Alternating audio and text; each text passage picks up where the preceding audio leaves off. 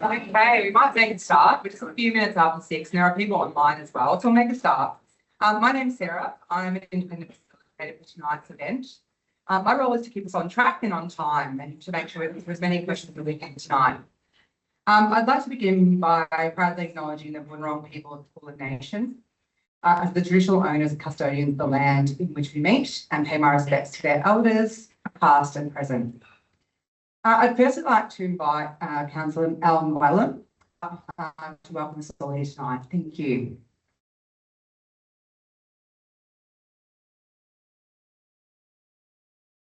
Thank you everyone for attending here tonight or this evening. So I'm Councillor Hannah Whalen and the Mayor of Bayside. I'd like to say welcome to the Bayside Community Forum on the Victorian Government Planning Reforms. And also good evening to those watching via live streaming. Firstly, I would like to acknowledge my fellow councillors here in the room. And we got Councillor McIntosh here at the front and Councillor Murray. We also got Councillor Jeffley in the back there.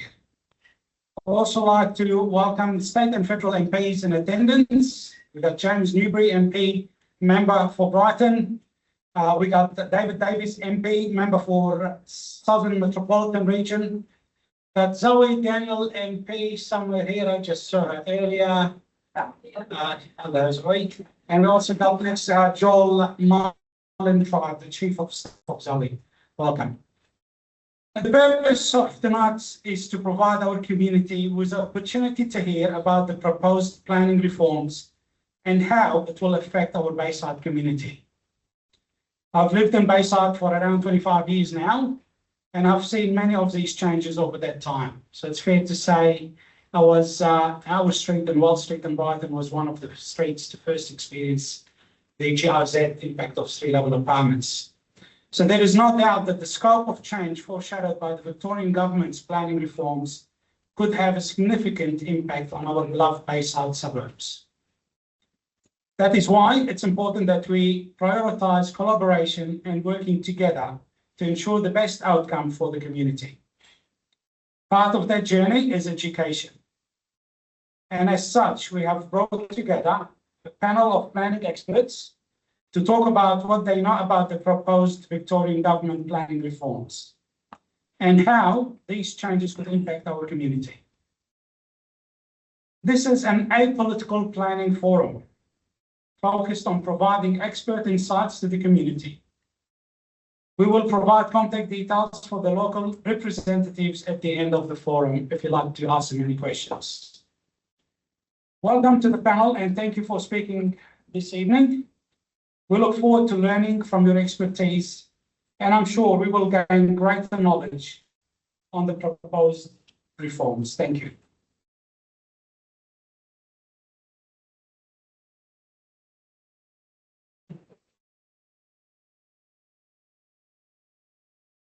Okay, thank you very much for the opening welcome. I'd like to just quickly go through how tonight's going to run. We understand there are concerns from many of you in the room. I know that the council staff have been reading your questions and concerns as they've come through prior to tonight, and the Bayside Council are listening to your concerns. We want to utilise tonight to really provide you with as much information as possible and to answer as many questions as possible. Tonight is being live streamed, so you would have seen a link on the way in a QR code to show the live streaming. This means that we're going to use Menti, which is a platform to ask questions. So on the front of your postcards, you'll see a QR code. You can scan that and ask questions. You can also raise a hand and we'll have someone from the council team come over to you and help you with a post-it note or any other way you'd like to kind of write down the question. We're not going to use a roving mic because there's not enough of an opportunity to do that tonight with people online as well. It's a bit tricky, so we're just going to use Menti to streamline those questions. It also means we can take those questions away and anything that's not answered will be answered after tonight's session as well. We've also got on the postcard on the back, there's a link to the website. There's also printouts of information you can take with you as well after tonight. A few other matters. So as I mentioned, the event's being live streamed. I just want to double check if there's anyone from any media outlets in the room tonight. And if so, could you identify yourselves if possible, please? No, it doesn't look like it. We're asking if there's no personal photography tonight or video because we can't control where that ends up. People in the room may not want to be filmed, so we're going to ask that not to happen tonight. We do also have this all on the way in, tea, coffee, water, juice. There's no scheduled breaks this evening, so anytime you'd like a refreshment or to use the bathrooms at the back of the building, please do so. You're welcome to use those at any time. The emergency exit is out the way we came, so you can follow the council staff out the back of the building. But for now, I'm going to introduce you to Kelly Archibald, the Manager of Urban Strategy at Bayside City Council, to provide us a presentation tonight. Thank you, Kelly.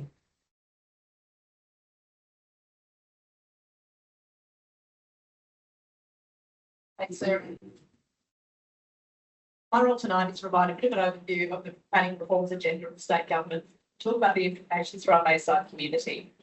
The information we share tonight is based on the information that's been made available from the state government through their consultation process. We'll wait to see what the final versions of this consultation and material looks like, but what we share tonight is what we've received so far in the process. So as many of you are aware, in September 2023, Victorian government released the Victorian Housing Statement in response to the housing affordability and supply issues facing the Victorian community. This was based on the premise of build more homes and they'll be more affordable. The statement foreshadowed the reform agenda that we've been seeing over the past 12 months, and it's broadly based on the following four key areas: identify where more housing needs to be provided, streamline pathways for certain types of development, remove red tape for development, and incentivising the provision of affordable housing. The state also put in place a large housing target of 80,000 dwellings to be delivered per year across Victoria. This housing target also provided draft housing targets for different municipalities across Melbourne. For Bayside, we were allocated additional 31,000 homes to be delivered by 2051.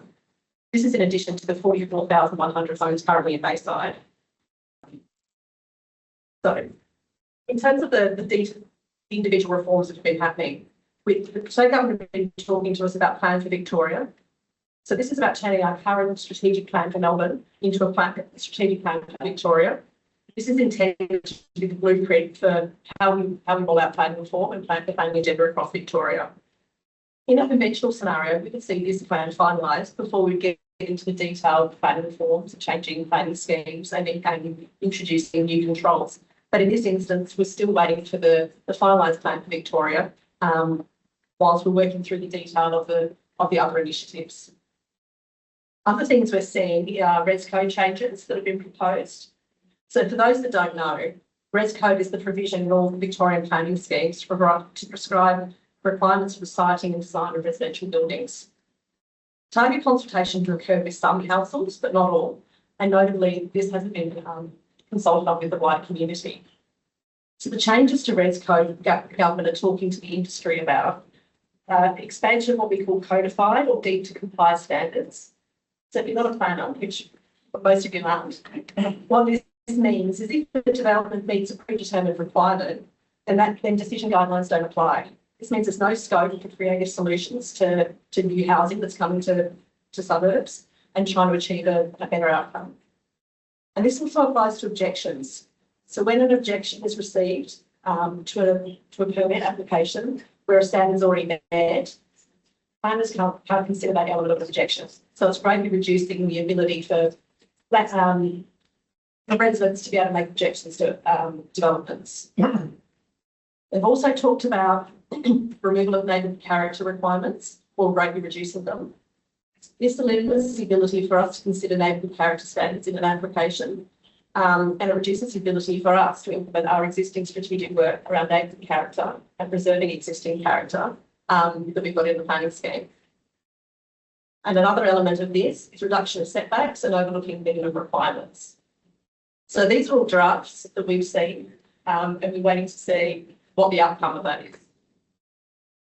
The government also indicated they're planning on reviewing, or they're currently reviewing, the Planning and Environment Act. The extent of the change to the Act is not clear, and we're not sure what they're looking at in particular. But we understand that the amendments to the Act will likely be in respect to timeframes for planning permit decisions, as well as clarifying or changing the role and responsibilities of councils, the Minister for Planning, Victorian Planning Authority, and the Department of Transport and Planning in the planning permit process. So we wait to see what that looks like. Just over 12 months ago, the government also indicated they're looking at car parking reform.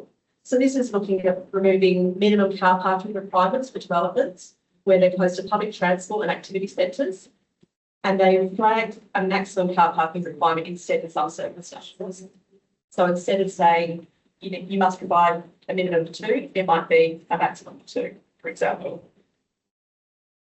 I'm sure everyone in the room has heard about the suburban rail loop and its impact on Cheltenham. So what's happening there is a precinct planning exercise for the 1.6 kilometre catchment around the Cheltenham station. There will be significant increases in density in this precinct and projected population of 52,500 people across the Bayside and Kingston portions of this precinct. We've been heavily involved in advocacy around this project, and Council has an endorsed position about what we'd like to see and the things that we need to see happen to make this an effective project. We're anticipating that we'll see a final draft of the precinct plan will be out for consultation with the community in March 2025. The government has also indicated that they are looking into, or they are working on a development contributions overhaul. Concerningly, it's been indicated that this development contributions overhaul will only be effective from the 1st of January 2027. This is some 2 years after the expected approval of the initial 10 activity centres projects across Melbourne. So it leaves councils and communities in the dark about how we're funding future infrastructure that these increased populations will need.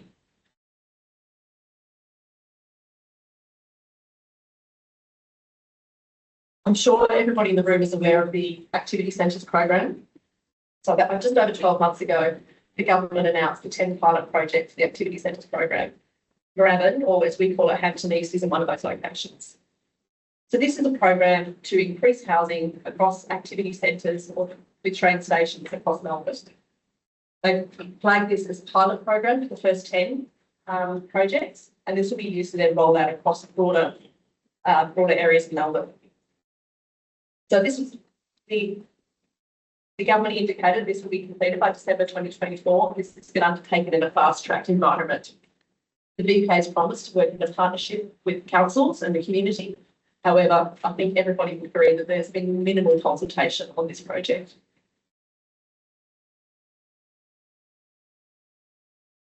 In terms of what's been proposed, the maximum of 6 stories has been proposed along the Nepean Highway to South Road section.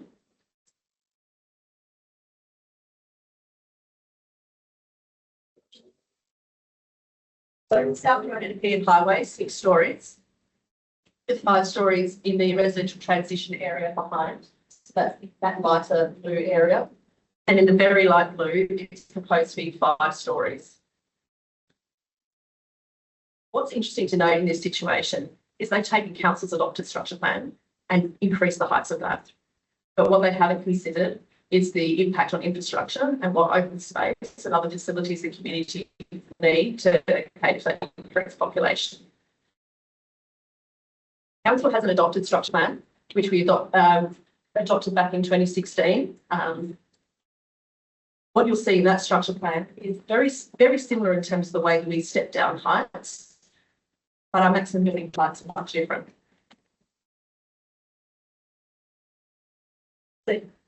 So I'm trying to read the plan at the same time. So this area along Nepean Highway, up to 5 stories, mixed use area of 6 stories behind, step down to 4 stories in this light peach, with a focus on a residential transition area to ensure that the density of the activity centre isn't impeding on the surrounding residential precinct. And this is at 3 stories.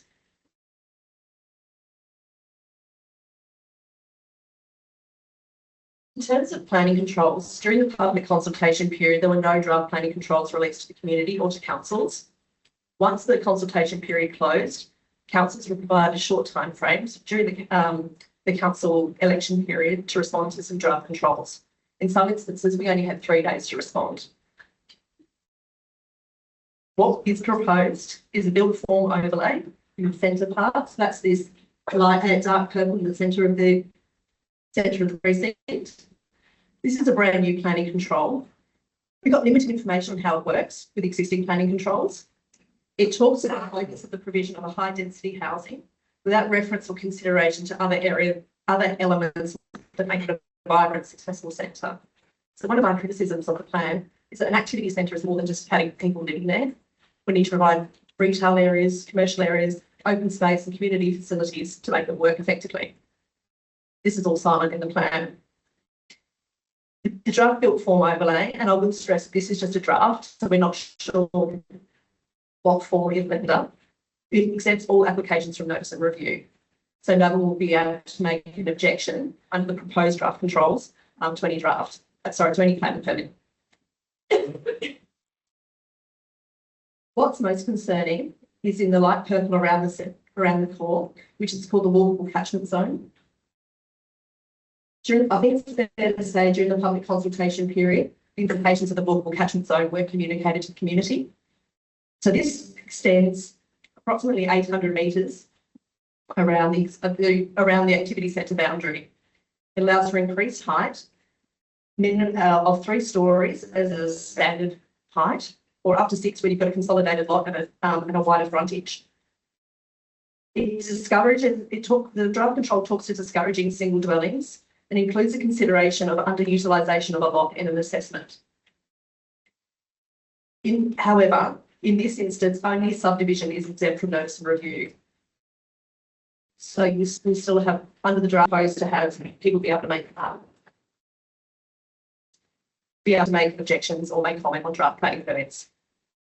And in the draft controls, what we've also seen is the interaction with that codification of standards I spoke about before. So where they're providing a standard, if that's met, box ticked and you move on, that will have significant impacts on how we look at the permits in this area. I think it's fair to say that Council is concerned about both the way this has been undertaken and the way the government has spoken to the community, what the vast increases in heights in these walkable catchment areas will do to our community. Excuse me.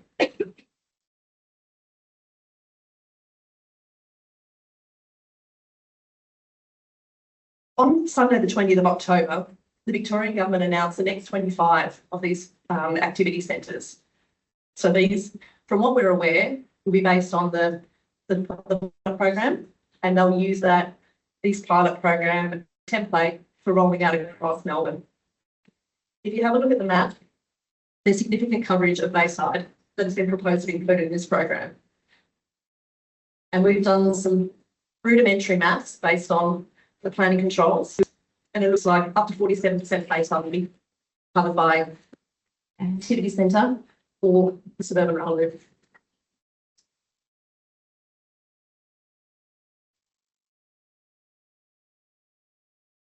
So that's for me tonight. That's from me tonight. I'll hand back to Sarah to take some questions with the panel.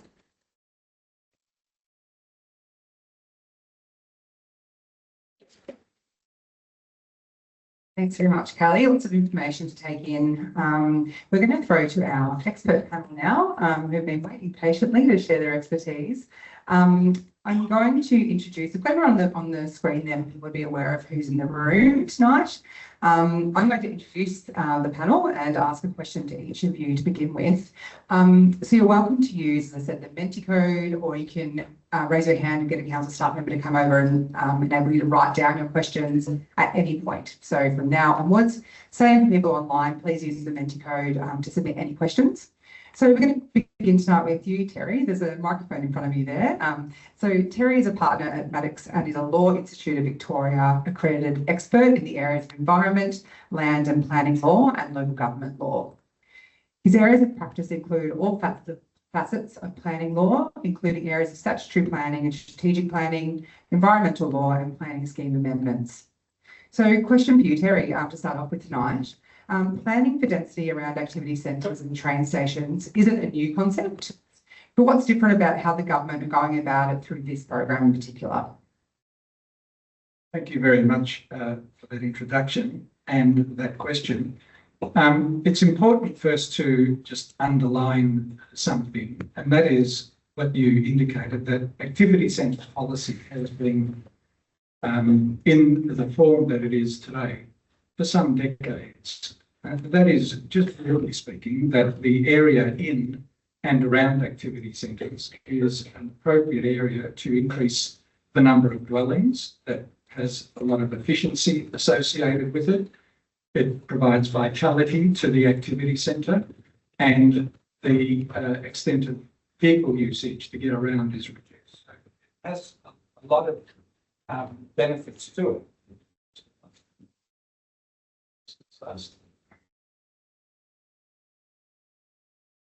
Thank you. So it's just very important to underline that fact that activity centre policy is a very sound policy. In terms of what's happening now that is new, I think there are probably three things. If you had a look at the early release of the activity centre plan, it's very different to the sort of work or the sort of plan that is normally expected by the Department of Transport and Planning. The plans that were released are very basic plans. You might say that all they are is a built form framework. You saw the colours on the maps, the purple, the light purple, and the very dark areas. It doesn't show anything at ground level, which is what's recognised as being important about planning activity areas. So essentially all they are is really just a built form framework, not a place-making framework. Secondly, the normal process that is used or encouraged to be used by the department is for councils to undertake what's called structure planning. And those structure planning exercises are guided by very clear guidelines and practice notes that are prepared by the department. And I can tell you, because I've done a lot of them, you've got to follow them closely.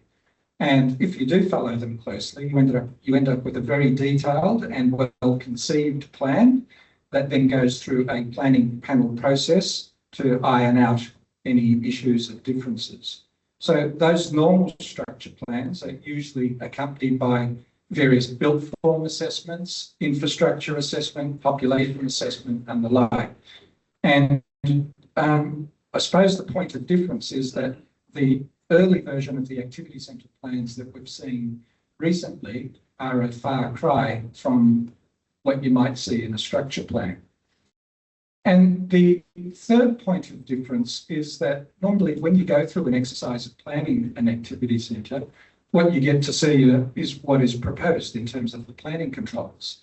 And certainly in the exhibition period or the informal consultation period, one of the frustrating elements was that you were presented with a set of ideas rather than a set of controls. You had ideas about substantial additional height. You had ideas about provisions that are new called deemed to comply provisions, ideas about standardisation of development types, and ideas about what are called uplift schemes. That is, if you provide a certain community benefit, you can go taller than what the built form controls provide. So there are an interesting set of ideas, but they weren't supplemented by any form of built form analysis or any sort of even a draft document during the consultation process. I understand that a draft was made available very late in the process, so late I haven't got to see it yet. And it's all a little bit vague to try and respond to what is essentially a set of ideas. So I think they're the three key differences between the way it's normally done and the way it's being done at the moment. Thanks so much, Terry. We'll move to you, Nicola. So we've got Nicola Smith here. She's the founding director of Niche Planning Studio, a multinational planning firm creating well-designed, interconnected and livable communities. She's over 25 years experience in a wide range of planning and development roles in government and the private sector across Australia. She lives in Melbourne in a character house within 400 metres of the Melbourne train station and previously lived in South Yarra residential apartments. As a qualified urban and regional planner, she's a strong advocate for high quality developments, clearly understood planning controls, and a strong and efficient planning system.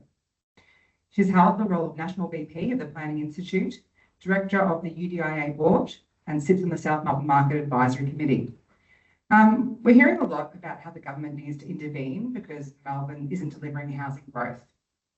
What do you see as the barriers to achieving greater housing numbers in the planning system as it stands? Thanks, Nicola. Thank you. Welcome everyone. I think it's really great to be here tonight. I think we're in a similar situation to yourselves as planning consultants.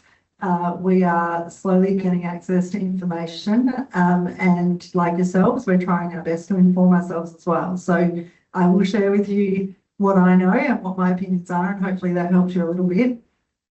So the question about growth is really interesting because Melbourne has been growing progressively in both infill areas or areas like where I live, Bayside, Stonington, etc. And it's also been growing out in the greenfields as well. When the state government thinks about where to direct growth, there's been some concern that Melbourne is continuing to sprawl. And it's important to sort of set this context because it'll explain where they're coming from potentially. But if Melbourne's continuing to sprawl, there's some concern that there's increased cost and increased negativities associated with going out into Melton, going out into Wyndham, going out into Casey. And so the state government has a direction, rightly or wrongly, that 70% growth should be in infill areas and 30% should be in these outer greenfield areas. Now, right now, up until recently, there's probably been about 60% growth in the greenfield areas. So what we're doing, or what we're hearing from state government, is let's consolidate growth around existing areas of amenity. Kind of like Terry just said, when we all came out of uni, that's the right sort of direction that you want to be going along. You want people to live next to train stations, next to where they work, next to areas of open space. It's the ideal.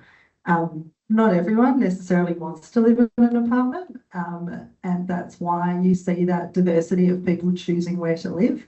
But the state policy position for some time, and now more recently sort of, I guess, pushed through direction, has been this 70-30 split. So that's the first thing. So if you think about this 70-30 split, the state government has now said, okay, great, we're going to get this 80,000 growth happening. Sort of as Sarah and Kelly talked about, there's been targets in each council area. And so Bayside has a particular target to hit.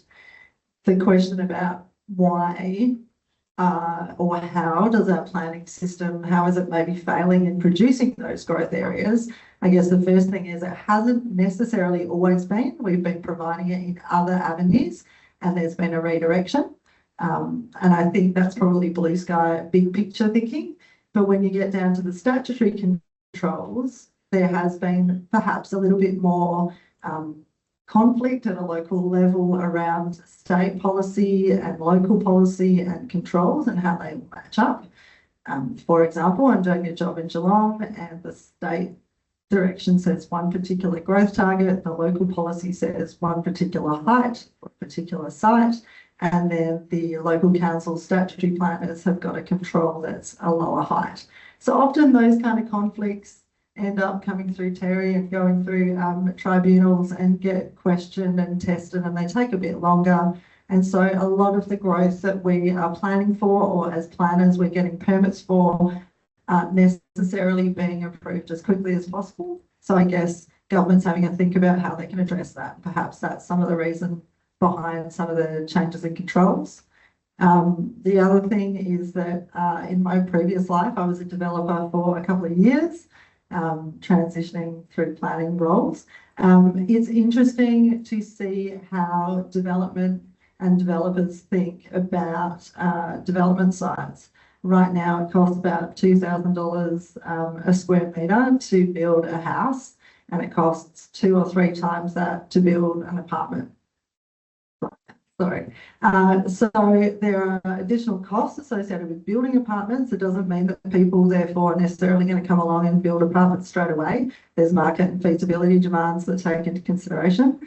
But that's probably, from a perspective of like planning and development, that's probably a high level perspective of what's maybe not working quite right at a strategic and statutory perspective, and perhaps the reason why they've started these activity centres and starting to push them. Thank you, Nicola. Appreciate your response to that question. A lot to get through, and there's many questions coming through on the Menti, so thank you to those with any questions that are getting through from the team from Bayside as we go. Mike Scott, is the convener of Charter 29, a group of independent planning and design professionals who work pro bono to try to improve the planning of Victoria. After senior roles in local government, he co-founded the consultancy Livestream, which specialises in activity centre planning, urban and landscape character assessment and community engagement. He is now semi-retired, and Charter 29 released the report Plan Victoria, the Planning System Reform, which is available at charter29.com, which attempts to sort fact from fiction on the radical shake-up currently being rolled out by the state government. Mike, we heard Kelly speak earlier about the deep to comply model through the Activity Centres program, which will reduce the ability for council to influence design through the planning and permit process. What impact do you think this will have on our community? Thanks, Sarah. I'll answer that question by making specific reference to what we understand is just round the corner for the centres of North Brighton, Middle Brighton, Hampton and Sandringham, which are in the second tranche of activity centres the government announced on the 20th of October. So the thing to keep in mind is 3 levels of geographic area that these plans cover for each of those centres. The first level is the core, the sort of shopping centre core of each activity centre. And in those activity centre cores, the government is promoting development of 6 to 12 stories with a discretionary height limit, which means they're not a mandatory rule in the planning scheme. And if those of you who read The Age today will have seen that there's an application in the Arden precinct on the Metro 1 line for a building that's 3 times the discretionary height limit the count that the government has only just recently introduced. The other feature of the way the plans are to be applied in the core is that if the building design meets the new planning scheme criteria, including those heights, then the normal planning permit process will be bypassed and the permit will be able to be granted within a 2-week period by the Chief Executive Officer of the local council. That's the activity centre core. Then we move to what's probably the most controversial aspect of the government's proposals, which is the 800-metre radius around the activity centre, measured from the edge of the core, not from where the railway station or the shopping centre core is. In that 800-metre radius, the government has proposed a draft walkable catchment zone, WCZ. It's easy to remember the initials. And probably the single most controversial proposal in that zone is that the height limit will be 6 stories, whereas at the moment it's 3 stories or even less in some residential zones. Now, the 6 stories apartments will not be subject to a fast-tracked planning permit process. And the Minister has been careful to assure us that if, for example, there is a heritage overlay in place in that area, that will still be kept in place. But in our experience of the planning scheme, the provision of a zone is normally stronger and outweighs the provisions of an overlay. The objective of the WCZ is purely about intensifying development. There's no reference to heritage if there are heritage properties around. So in terms of heritage, there might be a single-storey heritage property in that area, but it's likely to get a 6-storey development next to it, at least on a larger site. The 6 stories applies to double lots, basically. The other thing is that the government, we happen to know that the government has been modelling the impacts of these proposed controls. And amongst the modelling, they have made an assumption that 50% of heritage buildings will be lost and 80% of buildings in a neighbourhood character overlay will be lost. So it's a pretty radical change to what's been the case so far. And of course, the 6 stories is only a discretionary height limit, so could be exceeded. The third tier of these controls is the area between the activity centres, and as you've already heard, there ain't much of that in Bayside, but that's where res code will continue to be applied. That's the control that's been applying in residential areas generally. But res code is in the process of being changed into a deemed to comply set of standards, where again, if your 3-story apartment block meets the standards, you'll get your permit in 2 weeks and the neighbours won't know much or anything about it, and there'll be no right to object to it. So that's just a quick summary of the critical changes. Thank you so much, Mike. Appreciate your input. Michael Buxton is our next panellist. Michael is an Emeritus Professor of Environment and Planning at RMIT University. He is the former head of the RMIT Planning Program and has held senior executive positions in state government planning and environment agencies. As a councillor and mayor of 2 Melbourne municipalities, he has published extensively on land use planning issues as well. Michael, Melbourne is slated to reach the size of London by 2051. What do you think are the key things the government needs to get right in order to keep Melbourne livable? I'll be quick because you have a lot of questions and we need to get to them. But I think the overall issue that many of us have been concerned about is the lack of a strategic context to what the government's doing. The government is basically applying a numbers game to how to meet projected population targets. So it's allocating increased population and housing numbers to each municipality, and then it's in the process of applying the statutory means of achieving those numbers. And this is just a broad brush approach. It's simply saying we have a need. Where is the capacity? How much of that capacity is each municipality going to have to take up? So it's dealing with one issue: how to accommodate population. We'll do it by just allocating numbers. Now, that's whatever that is. It's not planning. It's not the planning we've been brought up to believe in. Planning is about working out what it is that is critical to the future of a population, and developing up those principles, those so-called strategic, big, long-term principles that you want to be maintained and you want to achieve, and then developing up your legal and other statutory frameworks. And the sort of ones that have been talked about that aren't being done in this are the ones that have already been talked about tonight, so I'm not going to go on about them, but how do you meet the transport needs of a population? How do you get increased population while maintaining services and infrastructure? How do you get kindergartens and schools and open space associated with them? And critically, I think that's been completely ignored here by the government and by some of the supporters of the government's position is, what are the quality of life issues? What are the quality of life factors really a city worth living in? So heritage, environmental factors and amenity, that is, nice places to live in. Now, they're all important to people, right? We all value them wherever we live. We like nice places, quality places, livable. There's lots of terms for this.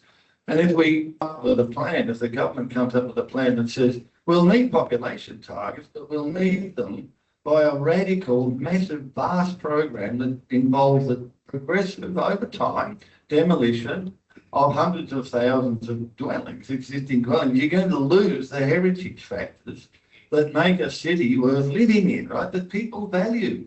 And by the way, they have enormous economic benefit as well.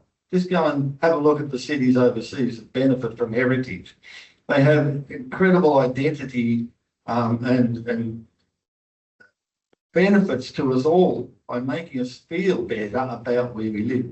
And of course, we have the same benefits from environmental factors, trees and decent places and diversity of housing. Now, to finish up, we don't have to pull down what we most value in order to meet population targets. We know that, but this is going to involve a totally different method to allocating population and housing targets to municipalities than the governments. It's going to involving communities, involving people, us. Local government's got to be central to this. The property industry has got to be involved in all those with us. But the government has this attitude that people are the enemy, that they fear ideas, right? And this is a really dangerous idea in a democracy. So there needs to be a complete rethink of the way the government's going about this in order to achieve what is probably going to be necessary if population keeps increasing, but without wrecking what we all most value.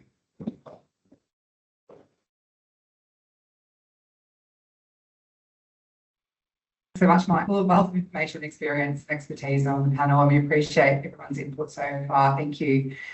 Jim, we'll move to you next. So we've got Jim Holdsworth here, who's an architect and urban designer. He was Manager, Urban Design and Architecture at the City of Port Phillip for 10 years to 2005, and for 7 years was a sessional member of Planning Panels Victoria. Jim is also a member of the advocacy group Charter 29. He's provided consultant services to Bayside and the annual Built Environment Awards every year since 2011. Jim, given your familiarity with Bayside, what are your thoughts on the extent of redevelopment that could occur in the Bayside area?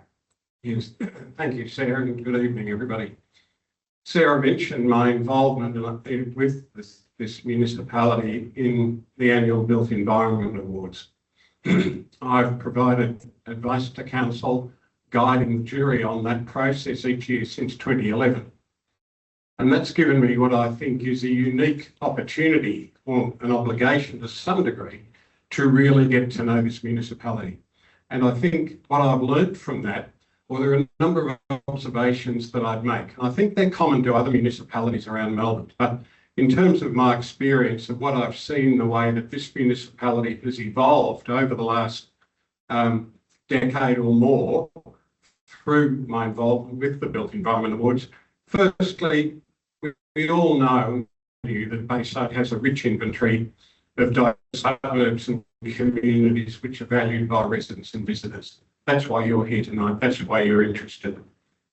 There is that enviable architectural heritage, and people talk about heritage as buildings that are old, that have a statutory planning control over their heritage for some reason, usually due to their age or their architectural significance or their cultural significance.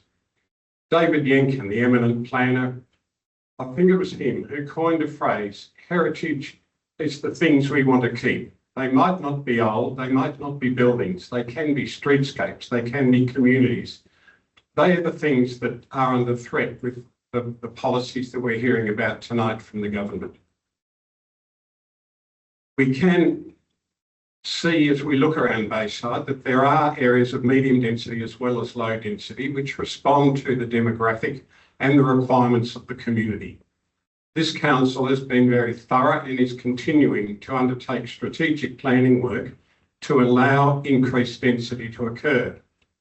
We know that most of that increased density will occur through townhouses or apartment buildings of medium or high-rise scale.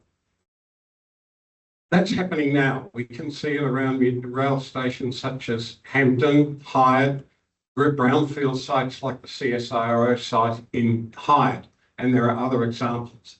There's a large number of quality developments occurring on main roads, often on street corners of 3- and 4-storey developments that are meeting the demand that the municipality has. This is a process that if it continues, we can avoid the loss of amenity, of streetscapes, of neighbourhood character and of populations that are in neighbourhoods, that are what people value, whether it's in Bayside and where it is in Bayside doesn't matter, and beyond throughout Metro Melbourne that is being likely to be affected by these new planning regulations. So I think my observation is, having been involved, it is a diverse municipality with much of value, whether it's high cost dwellings or medium range dwellings from an economic point of view. But there is a lot of money being spent by people to upgrade older homes to provide them to provide appropriate styles of living to suit people's lifestyles and family requirements in the future. The need for more dense development acknowledged by this council, and it is occurring to an acceptable degree. The way to continue that process going is to allow local government to be the guide and the leader of this process. As Michael pointed out, it's one thing to say we've got to have more housing, but you can't add more housing without a commensurate provision in the things that people need to make genuine and wholly integrated communities. And that's the danger that I think we're likely to face if this process goes on. So credit to council for what they've done so far. We don't want to lose what is valuable about Bayside as the municipality evolves, and that can occur if managed primarily by the best agency to do that, and that is local government.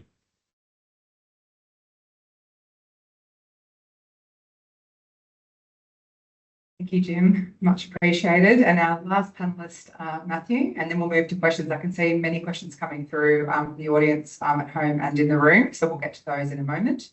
So Matthew Cripps is the Director of City Planning and Amenity at Bayside City Council. He joins the panel to bring light to Council's experiences to date, responding to the state government planning reforms and his knowledge on the delivery of this work. So Matt, can you talk to us about what Council's role is in the planning for the Activity Centres program? We have heard a little bit about that. So about Council's role and how Council can exert more influence on the outcomes. Sarah, good evening, everyone. Council normally undertakes a role as the planning authority when it looks at strategic planning. In this instance, the state government has assumed the role of the planning authority and is assuming the role of advertising and communicating its program. Normally that's undertaken, and when councils undertake it, would be through a transparent, engaging manner where the community has the opportunity to have opportunities to make submissions and the opportunity to make representation in front of an independent planning panel. The current situation, as you heard from Terry, the government's taken a different approach where there's been limited information, limited engagement, and a program of moving forward rather rapidly in the delivery of the activity centre program. So as part of that, Bayside City Council has been looking at how it can have an opportunity to influence and an opportunity to hopefully represent its community and its community's views as strongly as possible, primarily through making submissions to the state government in the first instance. So as part of our work that we've undertaken today, we've undertaken considerable engagement with our community. We've undertaken social media posts, surveys. We've sent out direct letters to a lot of people living in the areas affected, and primarily we relate this to the Moorabbin Activity Centre experience and our SRL, or Suburban Rail Authority program, where we've been trying to understand what the community's passion and views are on a particular outcome so that we can pull together a position for council to represent that back to the state government. We've also been left with limited information from the state government around their technical reports. How have they come up with heights? How have they come up with the population expectations for a community? And that's left us having to fill a void, undertaking a fair bit of work, engaging consultants to actually understand and unpack some of the work that the state government has published without the technical supporting information. As a result, we have been making, as I said, we've made a number of submissions which has been put forward based on the feedback we've received from the community and also based on the assessment and analysis we've been able to undertake based on the information that's been provided and the limited information that's been provided to council and the broader community to date. That has meant we've been focused around advocacy around concerns of overall building height, overall concerns around density, and we've also been highlighting the concerns around infrastructure contributions and how we support growth, and open space being critical to the growing of any part of our municipality and population. As part of our overall engagement as well, we've been focused on how we actually bring the community on board and share as much information as we possibly can to inform the community about what's going on and what the agenda of the state government currently is. And tonight is one of, I guess, our approaches to trying to bring that information to the community. And also provide the opportunity to understand who you need to connect to and connect with to voice your concerns or your opinions around the government changes. From council's perspective, we can't make representation on our own. We will make strong representation on behalf of the community based on the feedback, but we also need the community to support our submissions and make representation to the government as well. Excellent. Thank you, Matthew. There are a number of questions that have come through. Some of these questions have been kind of partially answered, but I will kind of give you some more time to kind of speak to the questions as well. The first one is around, and this is for anyone on the panel to respond to, and I'll keep an eye on time and make sure that we're kind of getting through as many as we can. So I might try and jump to from one to the other if I can and get people's opinions on this. The questions around access to green spaces. So access to green space and community services are highly important to our community. How will the state government ensure this is catered for in the activity centre programs? Is it possible for them to ensure this is catered to? Anyone can answer that one.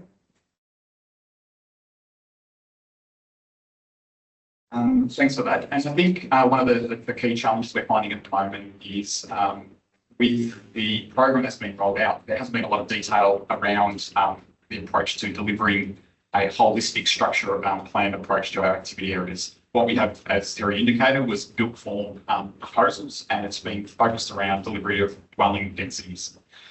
However, there are ways the government can consider how open space is provided and how infrastructure could be delivered. That requires a fair bit of strategic work to undertake infrastructure analysis and needs analysis, whether that's community infrastructure like kindergarten, schools and the like, or whether that is infrastructure needs around drainage, sewage and the like. So there is work that needs to be done, that is detailed work and would take a fair bit of time to deliver. And I think that's partially the reason why the state government hasn't chosen to go down that path at this point in time as they continue to move forward in their program. However, it could be done, and the state government is talking about looking at infrastructure contribution plans being delivered in 2027, some years after a lot of the initial activity centre program is anticipated to be rolled out at this point in time, which creates potential problems for our local community. Thank you. And Jim, I think the question of open space is a really interesting one, and there's been recent research done that says for quality of life, you need to, I forget the exact figures now, you need to be able to see 3 trees when you look out a window.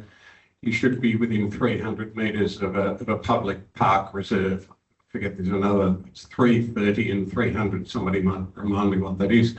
But if you look at the low density areas within the outer zones that we've seen on those maps, and you think about the houses set back from the street with a back garden with a number of canopy trees, and we know what happens when a multi-unit development occurs. There'll be a minimal amount of pervious surface left. There'll be a basement. There'll be 2 or 3 stories of building on top of those.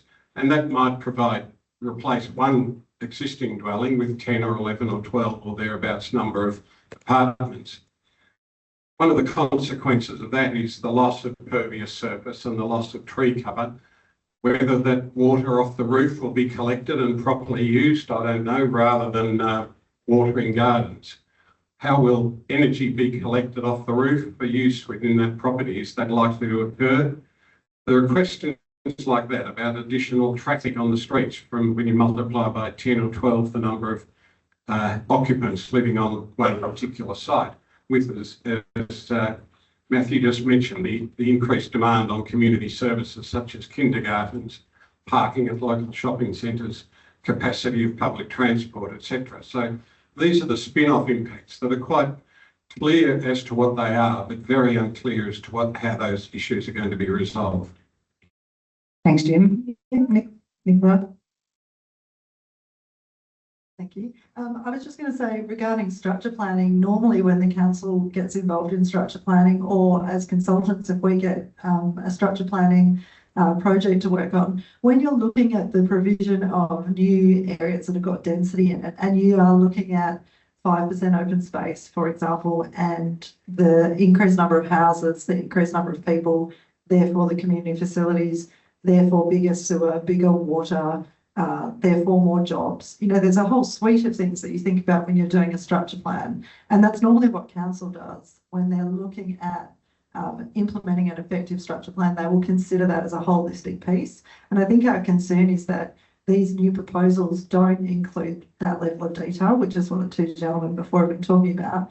But normally that infrastructure contributions or the payment of money to essentially either purchase land for open space or to provide those facilities, those things have historically been done again in the more growth areas. And it's the reason the state government wants to look at infill, because great, we're not going to have as many costs if we do this infill area where people can live around train stations and open space. But to me, it's almost like they haven't thought about that increased number and therefore that increased need for open space infrastructure provision. So, thanks, Nicola. And building on that, there's quite a few questions about the structure and the challenges there. And this question was for you, Terry, to build on that. Is a specific question around the impact on state infrastructure. So schools and hospitals in particular are a concern for people who have submitted questions. What planning is being done to increase this infrastructure to cater for the increased numbers of people, if any, particularly in schools and hospital vision? I think infrastructure planning is actually, whilst it's a complex exercise, it's all based on how many people are going to live in an area and how many kindergartens and maternal and child health facilities do you have to provide for every 1,000 people who live there. So it's something that is not all that difficult to do, but you've got to do it.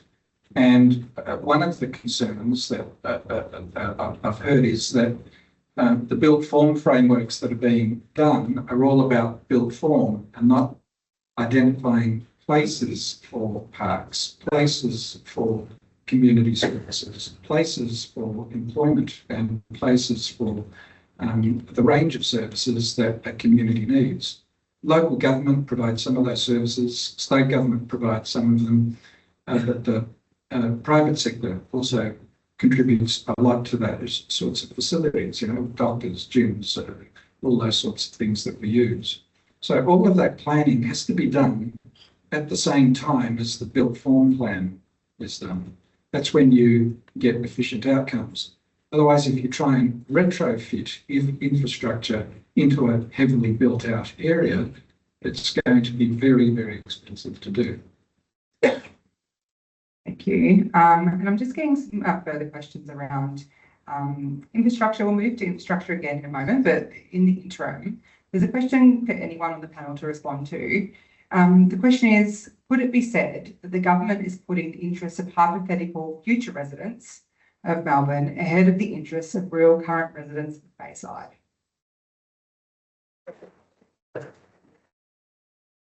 Well, that's just defined what good planning is about. Planning is about planning for the needs of future generations, but with the present generation coming along. Really what's driving these reforms from our point of view is two things. One is that the government wants to give the appearance that it is giving urgent priority to delivering more housing.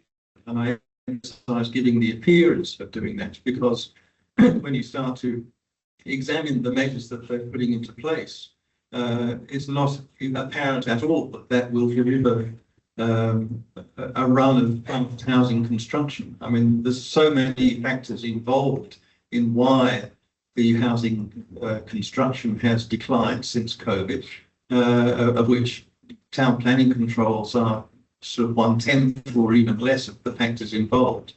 The other factor that's driving what the government has been doing is a push from the industry, the development industry, to remove.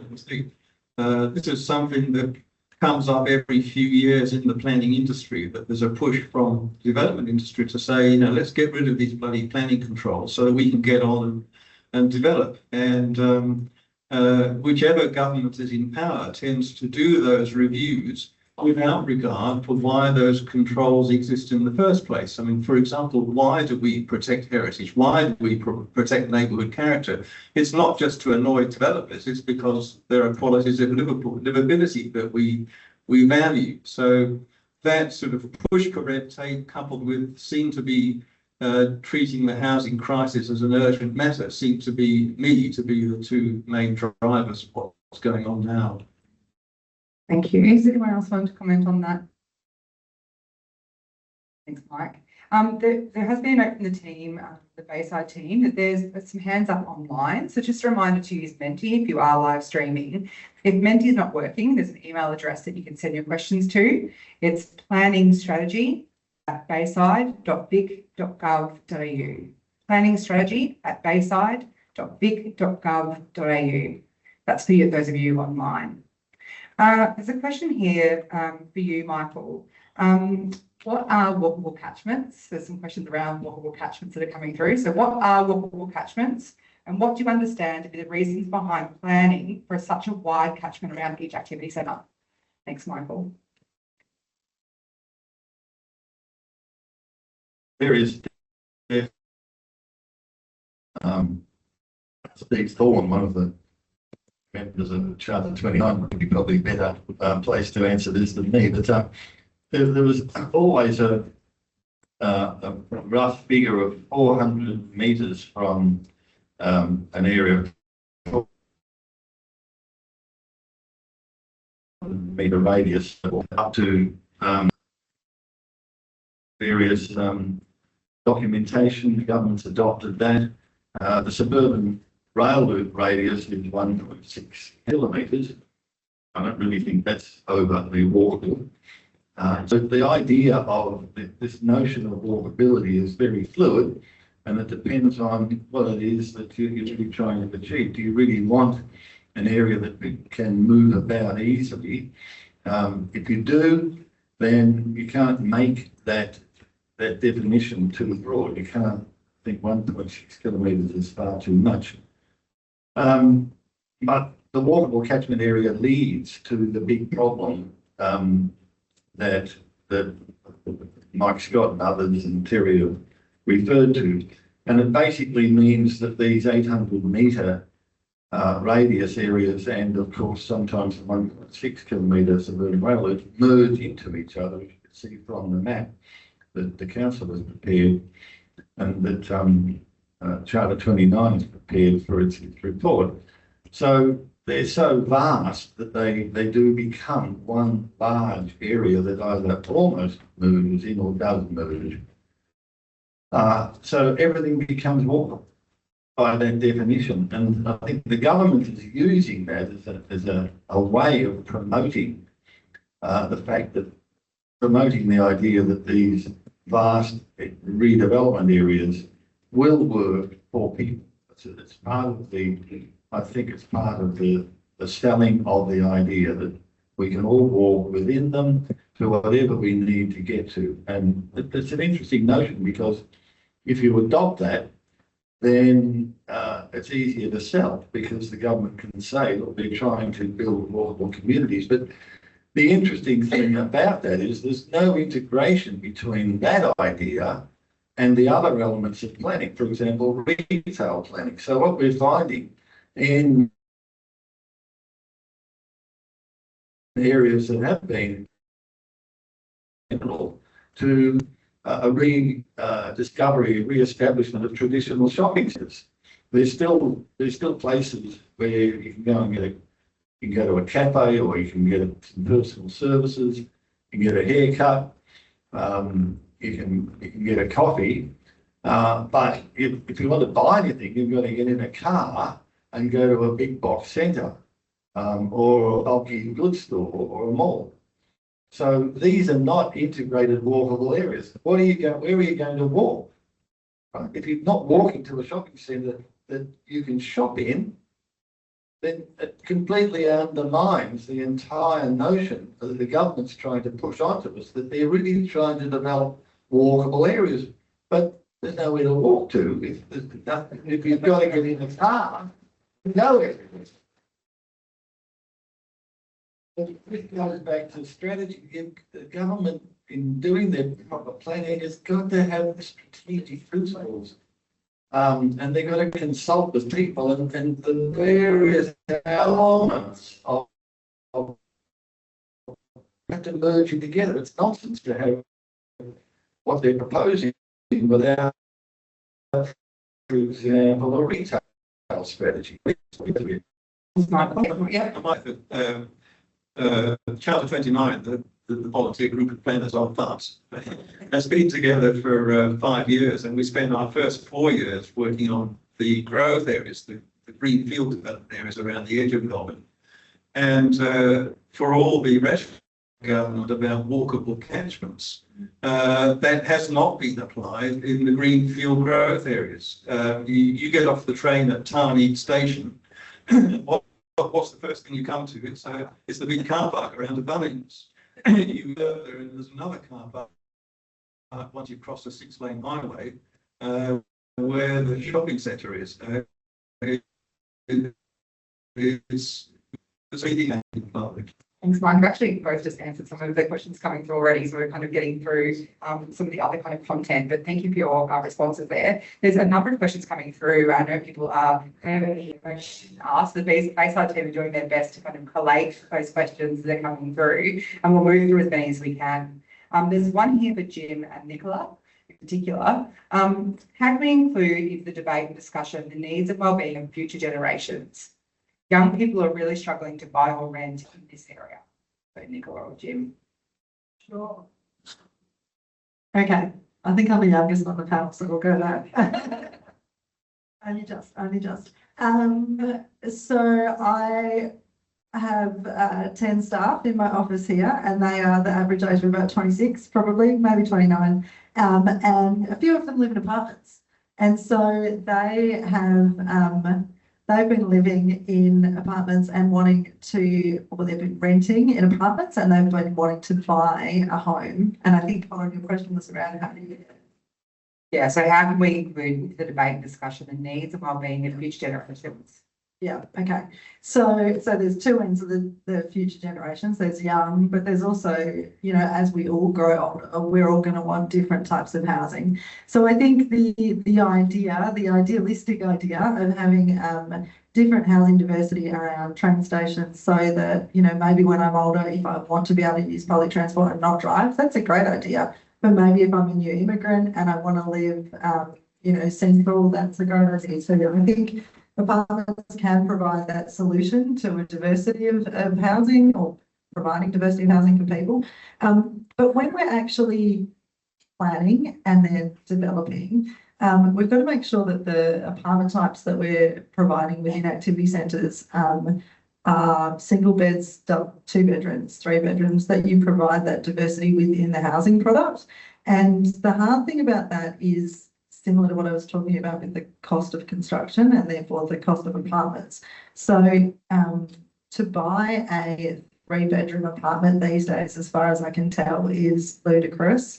To buy a 2-bedroom and then to buy a 1-bedroom, you're starting to get a little bit more, you know, you've got more opportunity as a young person perhaps to get in, but it still costs a lot of money. And I think a lot of those people in my office would tell you that they can't get into the market, and therefore the product that they're having to buy might be somewhat substandard in terms of apartments, and that's not what, as planners, we want to be encouraging. So we want sort of those first 4 levels as a base minimum to be great for the community, but we want anything that's provided above that to be great for the residents as well. And it's hard to balance that. Thanks, Nicole. Jim, thank you. Yeah, I think Nicola makes some very good points there, and it is a complex issue as the population ages generally, and different people at different stages of their lifestyle can afford different types of accommodation. The ability to increase the amount of affordable, maybe 1 and 2 bedroom homes close to public transport and activity centres is a really important factor that this policy could achieve if it's done right. It is hard in high value municipalities to provide low cost housing. There are those policies like rent to buy and affordable housing as a minimum proportion of another development and other devices like that. Clearly, in this municipality, to remove a family home on a large allotment and build a number of apartments has to be economic for the developer. And in this municipality, it's likely that those apartments, even just 1.5 bedrooms, would be priced out of the market for a lot of people, except those who are perhaps downsizing from larger, more valuable homes. The notion of an activity centre, as we've been saying over the last couple of questions, really should be an integrated range of, if what is an activity centre, to have everything you need. Michael's comments about the move of a number of retail requirements away from local communities to big box and other types of retailing diminishes the capacity of those activity centres to provide what people need. So people are not going to want to live where they can't. The notion of the 20-minute neighbourhood where you could walk or cycle or get all your daily needs within a limited area is a nice concept in theory, but really doesn't work in a large conurbation like Melbourne, where people will commute if their work is an hour and a half by car away. They will drive a distance to buy a product if it's not available locally. So it is difficult, and the challenge is to be able to provide those services that people need, as well as providing that mix of housing costs for people at different stages of their lifestyle. It's really important that a policy does enable that to happen, but it is difficult where the economics are precluded in many cases. Thanks, Jim, and we'll pass to you at the end, Matt. Thank you. Just add, I think the concept of housing diversity is an important one that's been raised for people in different stages of life and what people are looking for. One of the big concerns from Bayside's perspective is the current activity centre program is going to effectively change based on our analysis, 47% of the municipality into the Waterloo catchment area, which is aimed at delivering apartment development and apartment living.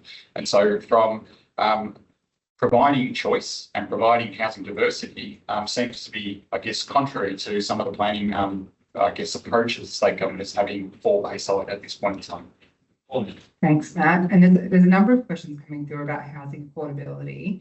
So to build on that conversation, and this question's for you, Nicola, but others might have input as well.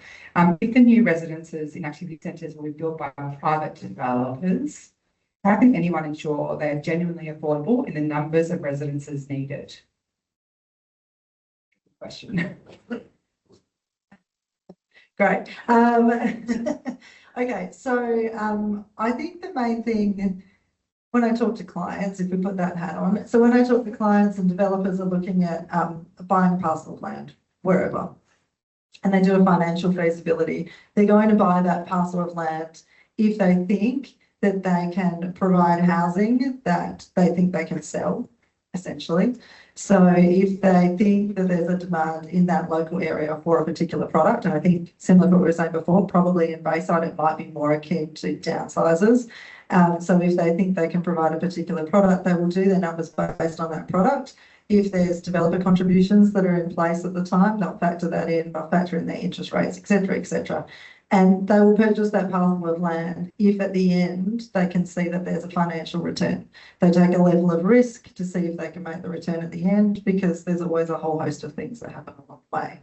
I think when they're thinking about housing affordability or affordable housing, which are clearly two different things, but there's been conversations at the state government about the inclusion of affordable housing in developments, and that I don't know a lot about that, but that seems to be more of a government subsidy angle for affordable housing, and I'm sure Mr. Buxton might be able to help me out in that space. But so that's the affordable housing space, but housing affordability is actually really hard, because I guess the developers are making an assumption to make money because that's their job. They're trying to turn a buck because that's what they do.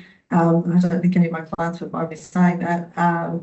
And so, yeah, I guess if it costs a fortune to build and no one's prepared to buy it at that price, then they're not going to build it.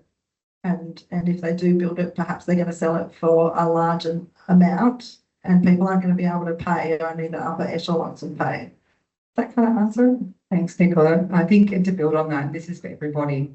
If living near a station is valuable, doesn't that mean the price of the new dwelling will cost more and hence make it less likely that there will be affordable and low income housing? So if it's valuable to be near a station, is there anything further to add to that? It's a question, maybe it's more a statement. Everyone's comfortable with that being the case. Okay, thank you. So that one's been answered, whoever submitted that question. What do you think the impact is for anybody? What do you think the impact that this fast-tracked push for change planning controls will have? Will it make a difference to the delivery of housing?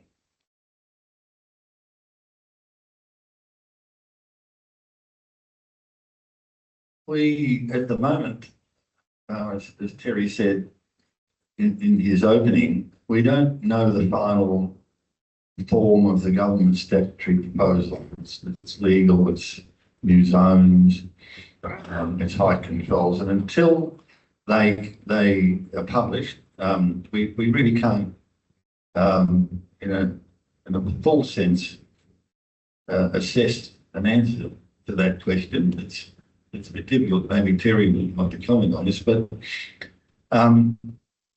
we know enough to be concerned, and we've already gone through tonight the removal of the proposals to alter or remove or diminish third-party rights, that is, citizen rights. Now, it'd be very interesting to see what the government does come out with. But I think the fast tracking that they talk about is in all their documents.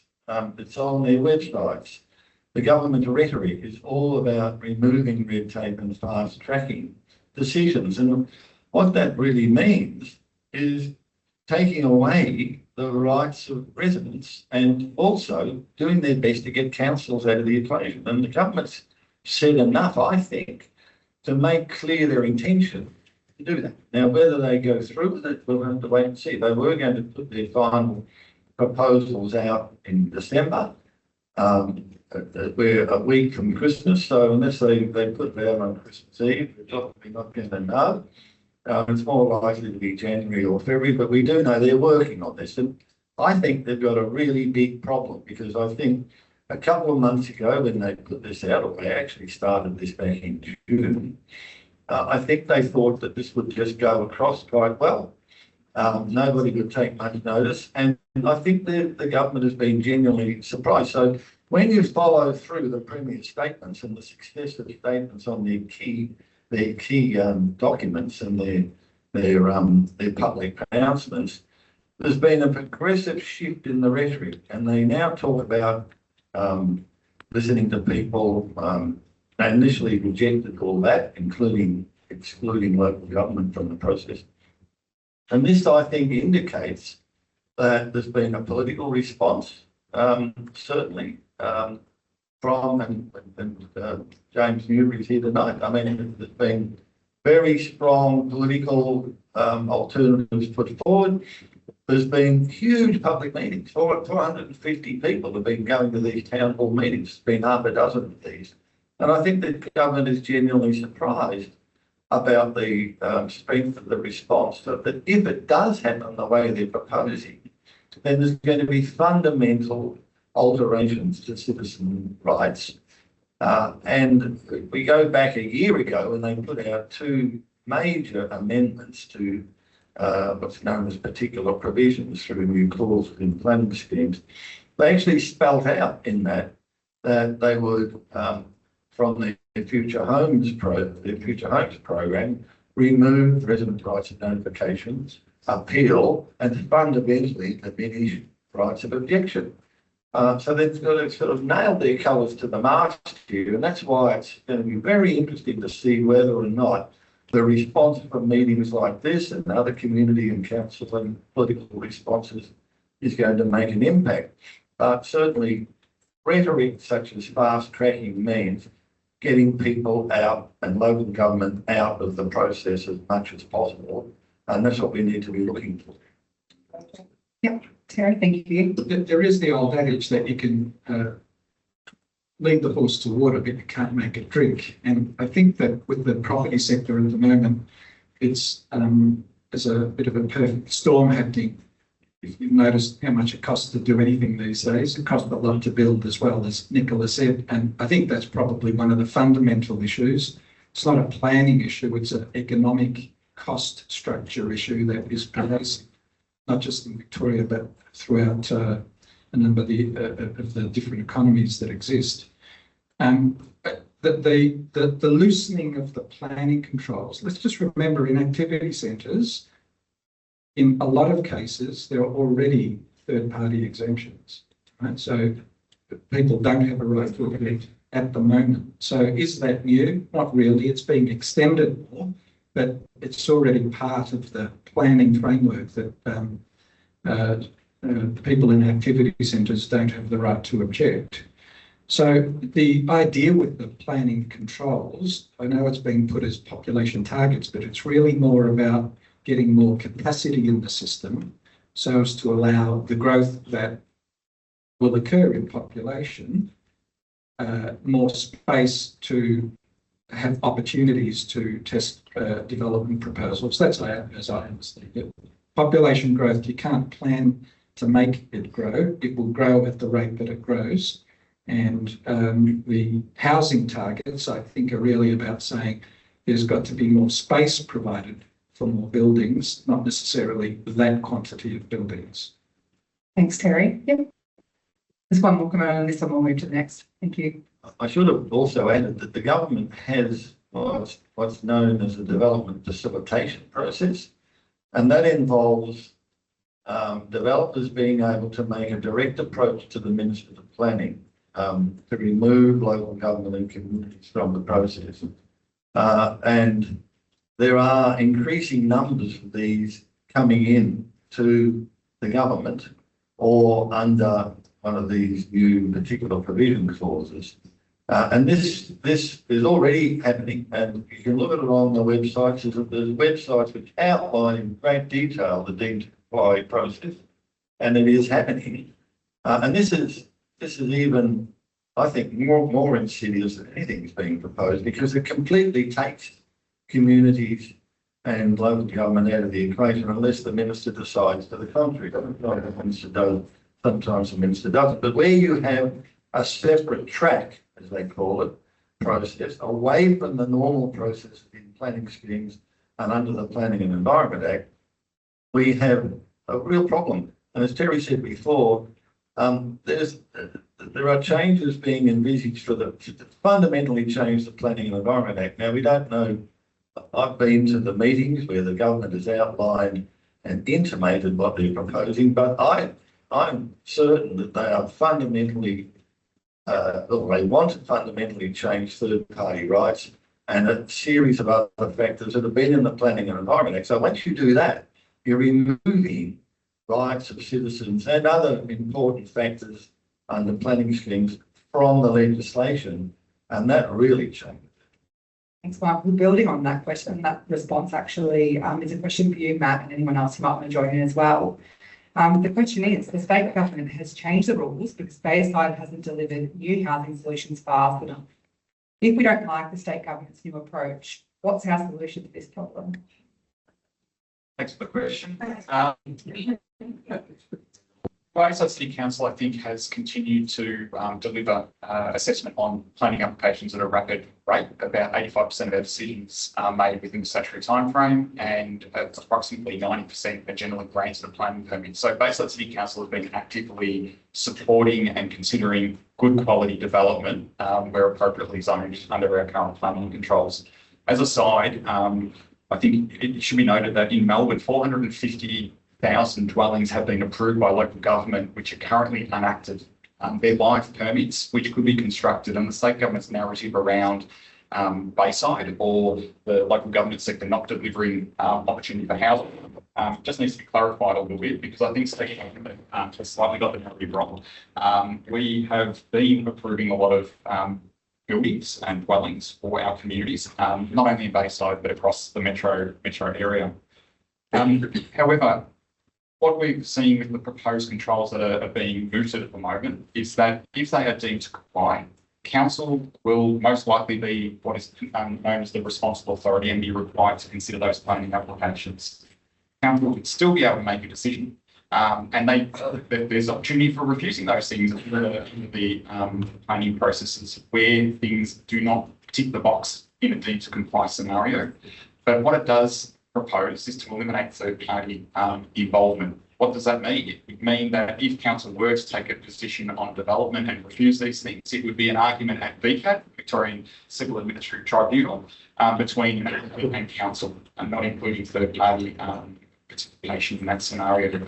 So what we're finding is the government is setting a new program, new set of rules, saying to council, you have to deliver these things, and we are sandwiched between our community, who have a particular view and a particular position around growth and development, and also the state government, who is imposing controls on us and would be required to actually implement. However, there is the facilitation arm that the state government has rolled out, where applicants can seek to have the state government intervene. We've seen that happen a few times throughout Bayside recently, primarily in the school building space.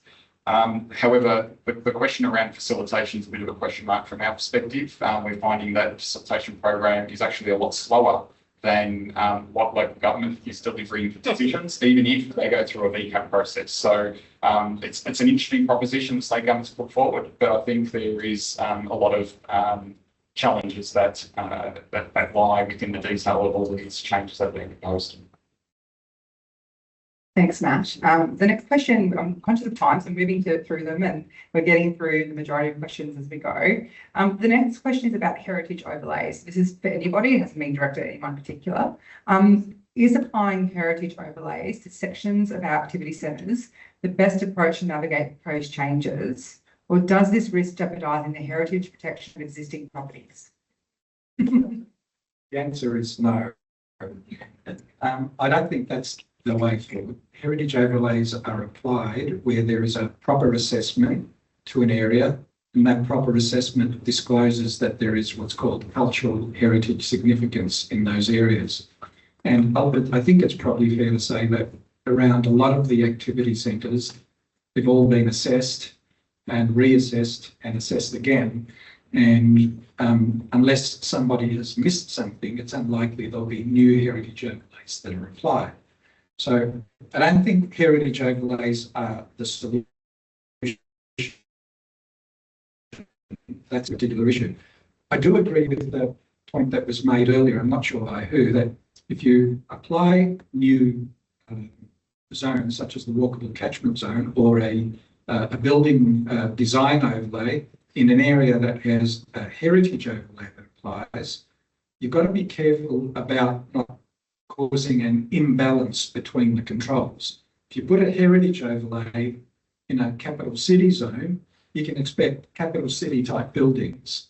If you put a heritage overlay in a general residential zone, you could expect residential type buildings. So if you put it in an activity centre or the area around it, and then you're applying a zone over the top of that is a go-go type zone, it's going to impact on the outcomes for heritage.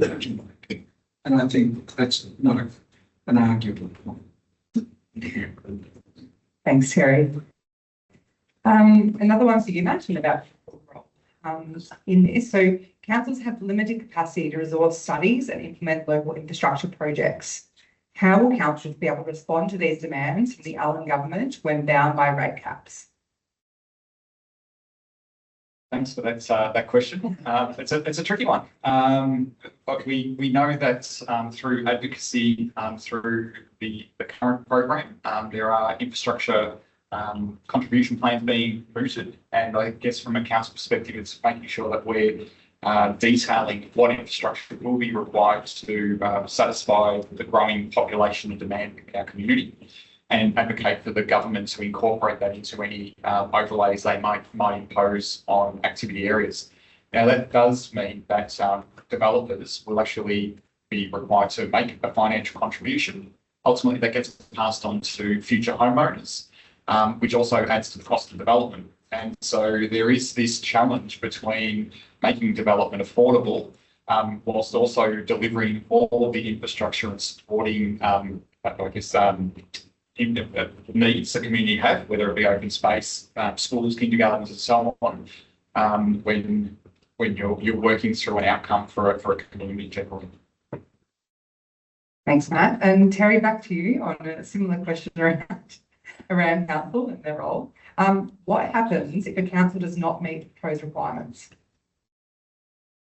What happens if the council does not Meet the proposed requirements which requirements? for the activity centre and the or area? I'm not sure I understand the question, but Yeah. well, I think that there was a bit of sabre rattling with targets. As I said, targets are not targets, they're capacity targets, not population targets or housing targets. Councils don't build houses, developers do. So, as I said earlier, I think you've got to look at the economic conditions that are preventing housing being built in areas around activity centres. Thank you. There's also it's kind of part comment, part question for anybody on the panel. There seems to be an opinion amongst the community that apartments are somehow lesser than houses, when really it's just a different option for different lifestyles. What are the panel's thoughts on this? Go first. I'm a dad, and my kids, two of them live in apartments. My daughter lives in a 2-bedroom apartment in Baldwin. It's a ground floor apartment, so it's different to an upper floor apartment. I think it's fabulous. My son lives in an apartment on an upper floor with a good sized balcony. I think it's the size of the apartment is important. A lot of the early apartments were very small and pokey. What was known as the BADs, the Better Apartment Design Standards, has tried to improve the standard of apartments. I think it's starting to do that. I think there's still a way to go. But I live in a large 5-bedroom house at the moment, and I keep on telling my wife we're going to start looking, and she says no, not yet. But eventually, that's where I think I'd like to live.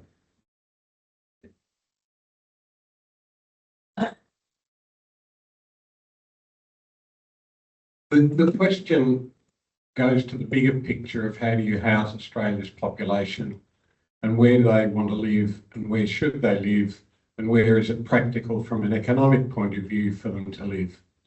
And we're told that Melbourne is going to grow to be the size of London over the next 25 years.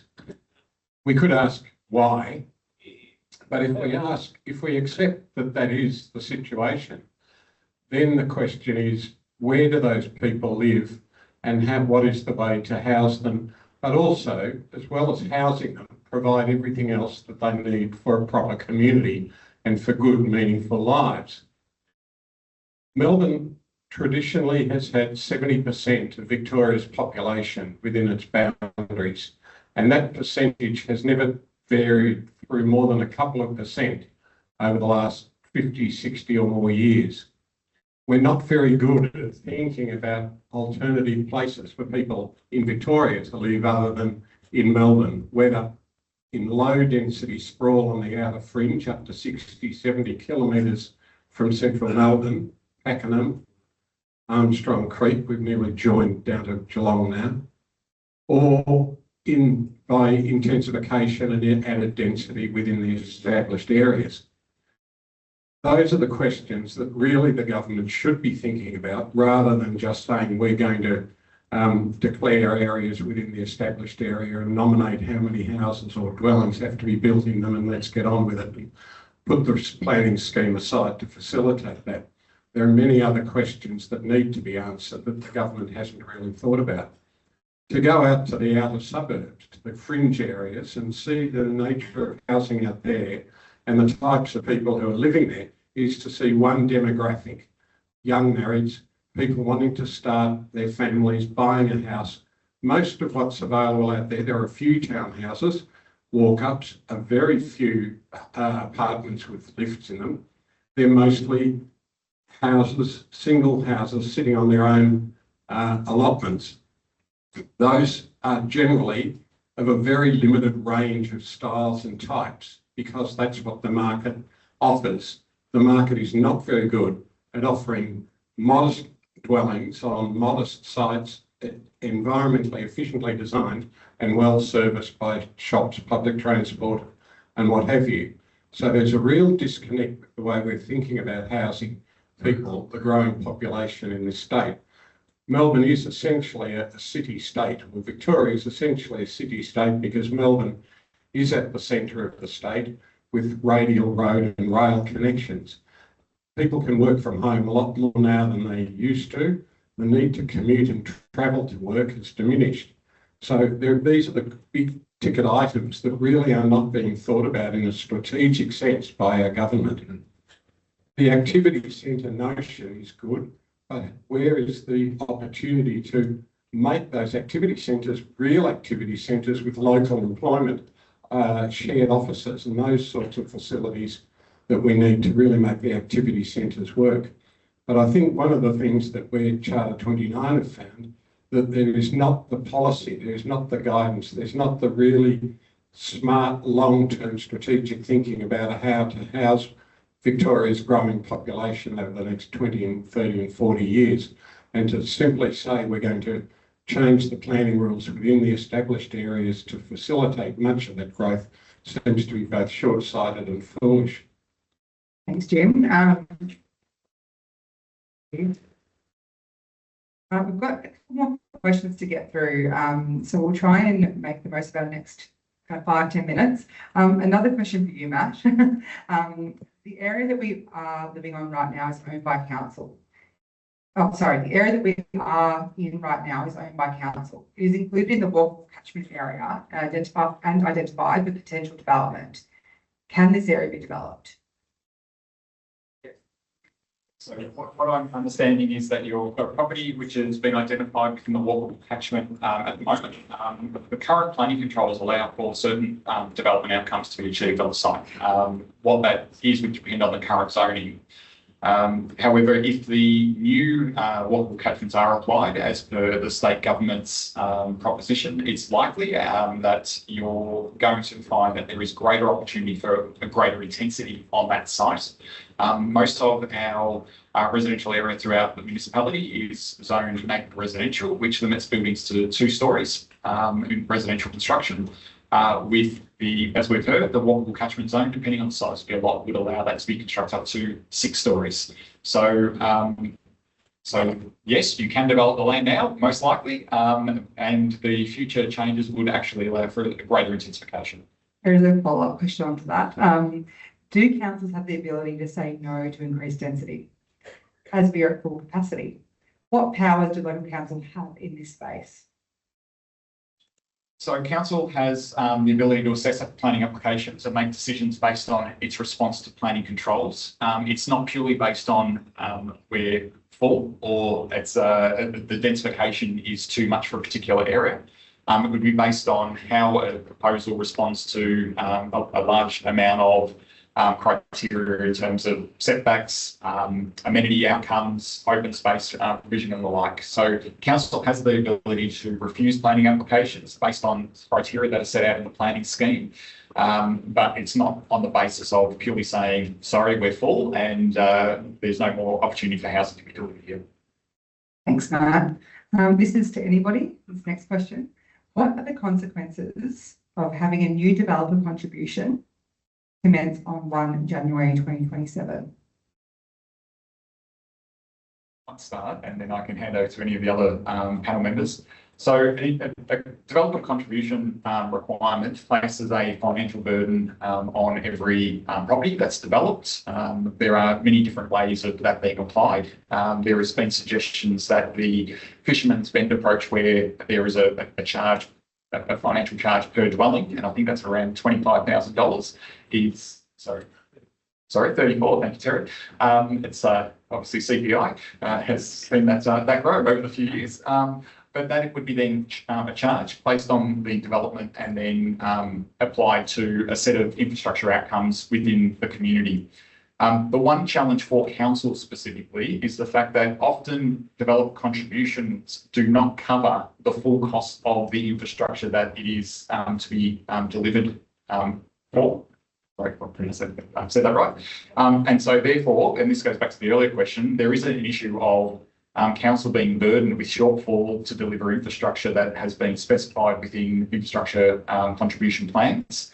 And it may be required to deliver it by a certain time when it hasn't actually recouped the actual contributions from the development community. So there are some challenges in terms of financial burdens for council. It may also mean that infrastructure can't be delivered when it's required to be delivered, or the initial, and having worked in growth area councils in the past, often we've seen the original contribution or cost of infrastructure, which has been embedded within planning controls. The cost of that has exploded over the time of the scheme. And even with the full contributions being recouped, there's been a significant shortfall to be able to deliver infrastructure. So there's a fairly large financial burden that council will be looking at having to cover if the liability sits with local government.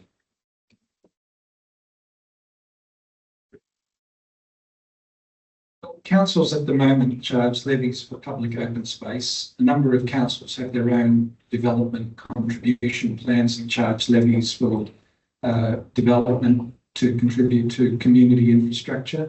The charges are very low. They're in the order of $1,000 to $2,000 per dwelling, and that's for the development contributions. The open space is a percentage of land value, but the challenge is to recover a contribution but don't add to the problem. Recover a contribution without unduly adding to the cost of constructing dwellings. Otherwise, you're just shooting yourself in the foot. Thanks, Harry. And this will be the final question before we get your wrap-up thoughts throughout the panel. So the final question is to everybody again. What are the consequences of having a deemed to comply model where there are standardised building envelopes and design outcomes for new residential development? That's the $64 question. Deemed to comply has been used in what you might call minor development proposals historically. For 1- and 2-story buildings, we've got the what's called Vic Smart pathway, which allows you to tick the box on a number of building elements, and if you tick the box, you get a permit within 10 days. That's okay for small developments. What's proposed here is deemed to comply on a much larger scale for developments, I think, up to 12 stories potentially. And it's very hard to say whether it'll work or not, because I haven't seen it tested, haven't seen the built form modelling, haven't seen the planning control. So, as I said before, it's an idea that doesn't have substance to it at the moment. So it's very hard to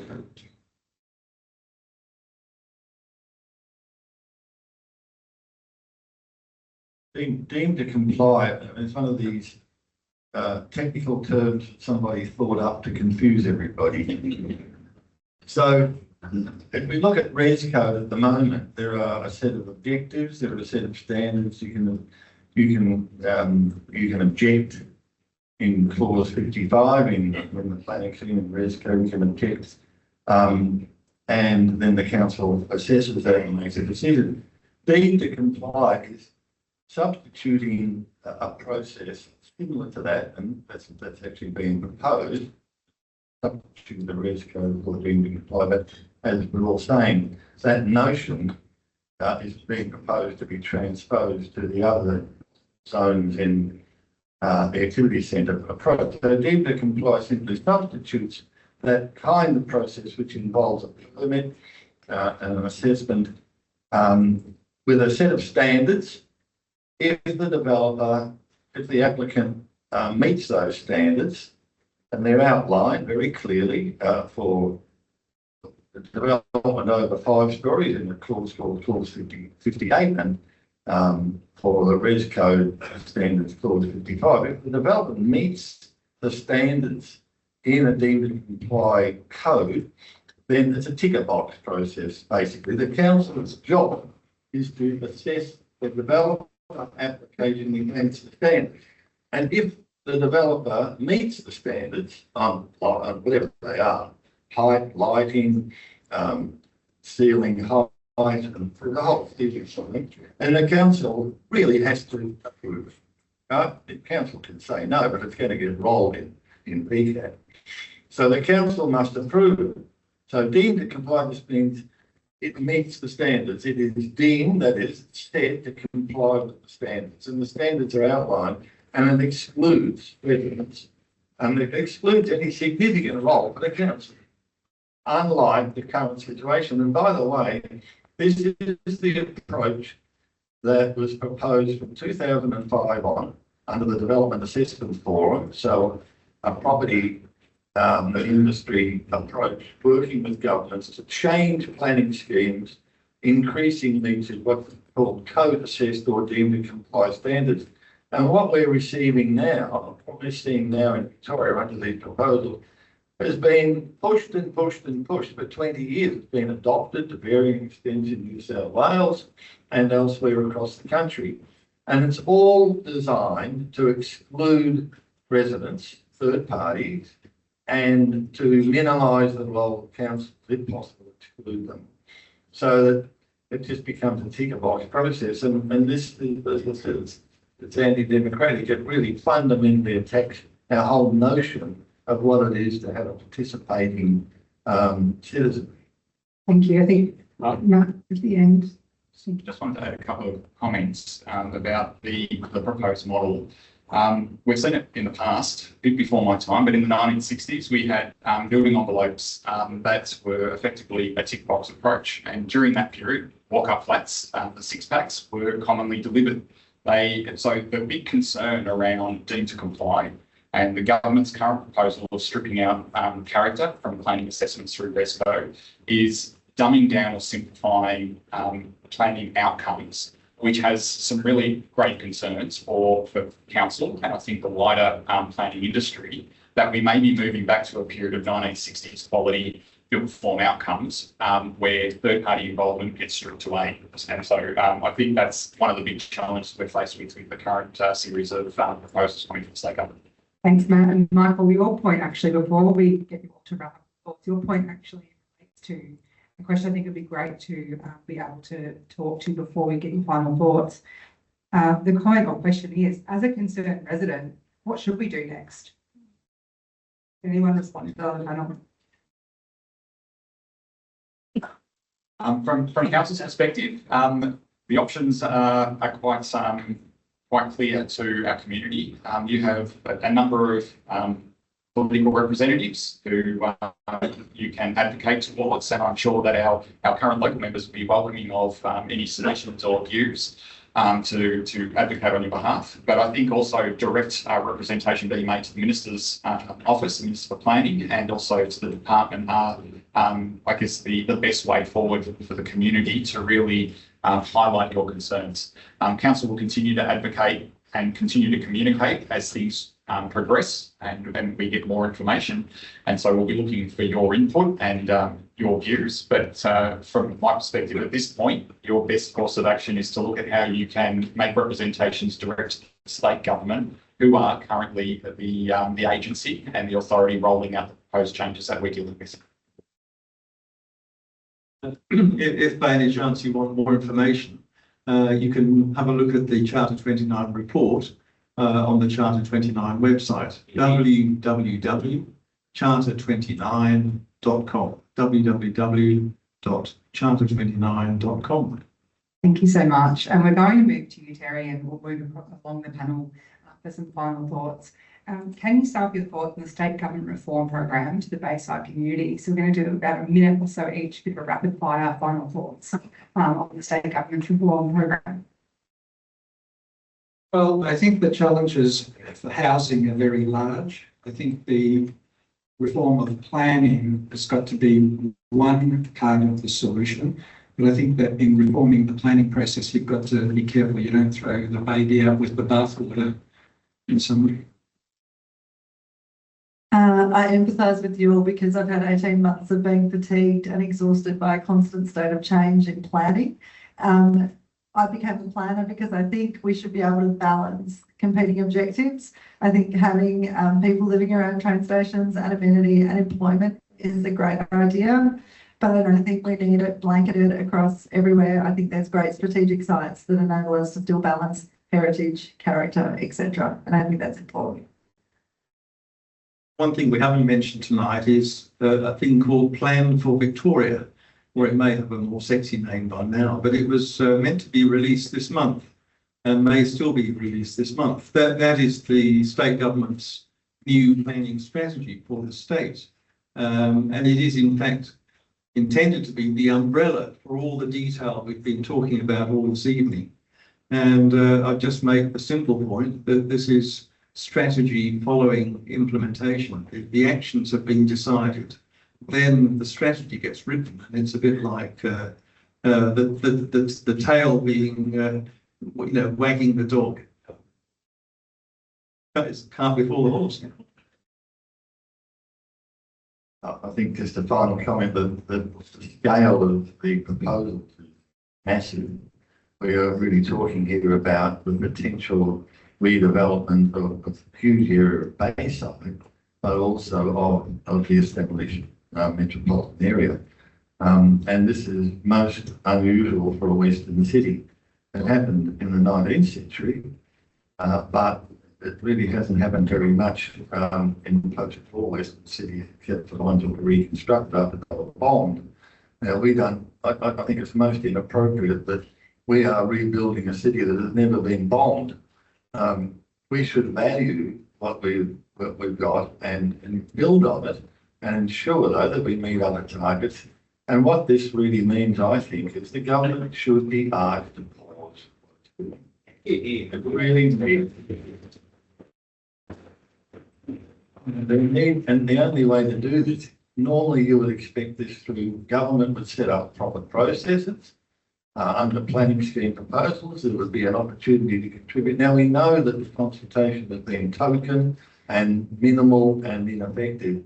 So the only way out of this is to agitate and to work politically and to make your voices heard. And I think the government has to be prevailed upon to just stop this headlong rush and pause and re-examine both what it's trying to do and how it's trying to do it. To bring in another euphemism, if it ain't broke, don't fix it. And we've got assets of all sorts in this metropolitan area. You know what those are in the city of Bayside. We can accommodate more people if it's done properly and not by the process that's under proposition. I'm going to echo a lot of the previous comments that have been made. However, I think what we're finding at the moment is the state government has various departments running their various projects without thinking or collaborating across state government. We're changing Res Code in one instance, which is the principles around the residential standards. We're updating strategic vision for the state. We're changing activity centres in pilot scenarios.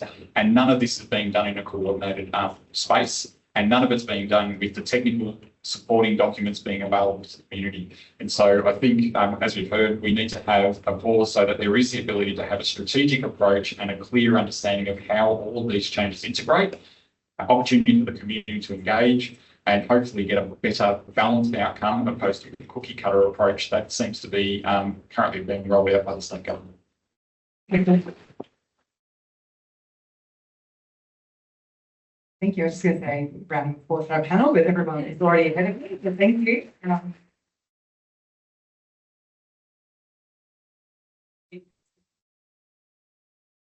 some really big questions in there, so while I'm getting through as much as we could tonight, thank you for your time. Thank you to everyone for attending. A quick wrap up of the night about how to continue the conversation. To Matthew's point, as he spoke about ways to give feedback and ways to keep talking to state government. These slides will be available. We're welcome to take a photo of the slide. These slides will also be available on the website tomorrow, so you don't have to worry if you don't get everything written down. So essentially, you will have a postcard on your seats, and there's also printed out information at the back of the room as well around what's discussed tonight. This is around sharing how to get in touch with state government. Bayside have also committed to responding to any of the questions that weren't answered tonight by email to those in attendance and those who registered. So thank you all for your time, and we wish you a safe and happy festive season. Thanks, everybody.